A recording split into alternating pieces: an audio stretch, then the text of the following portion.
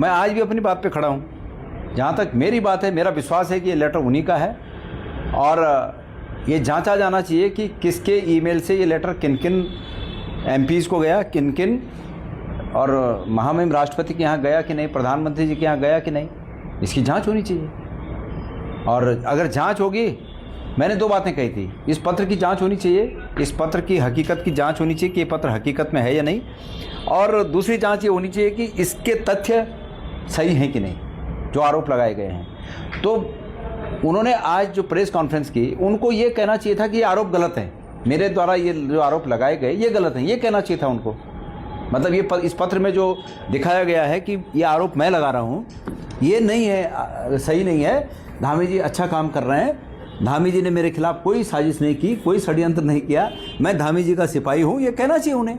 हमें तो खुशी होती कि भाई ऐसी बात कहें वो, लेकिन ये बात ना कह के वो ये कह रहे हैं कि ये इससे मेरा कोई लेना देना नहीं। ये शायद ऐसे इस तरह का वाक्य था उनका कि मेरा इससे कोई लेना देना नहीं। मैं अब ये दोबारा आरोप लगा रहा हूँ कि उनका इससे बिल्कुल लेना देना है।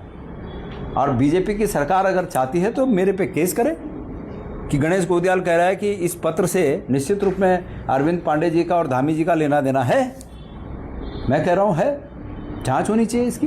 सर, वो लीगल एक्शन की बात पर भी मुकद्दर नजरान को पूछा गया कि अगर आपकी छवि धूमिल हो रही है तो आप लीगल एक्शन लीजिए। हाँ, और क्या, हाँ लीजिए। मैं तो अभी भी बोल रहा हूँ, लीजिए, बीजेपी ले ले मेरे खिलाफ कि बीजेपी की छवि को धूमिल करने के लिए कहा जा रहा है। सर, एक पांडे जी का रुख इतना नरम नजर आ रहा है कि ये देखिए, उनका रुख नरम हो गरम हो, ये उनके ऊपर डिपेंड करता है। अब मैं इसमें नहीं कह सकता कि उनका रुख नरम क्यों हुआ।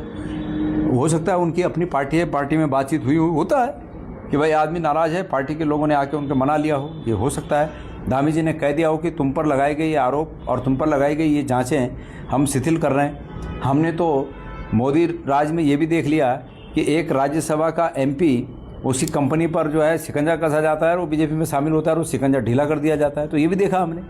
तो राजनीति में ये बात तो उनको पूछनी चाहिए आप लोगों को कि भाई आप शिथिल कैसे हुए, पहले जो आप बिल्कुल स्टैंड कर रहे थे आप शिथिल कैसे हुए।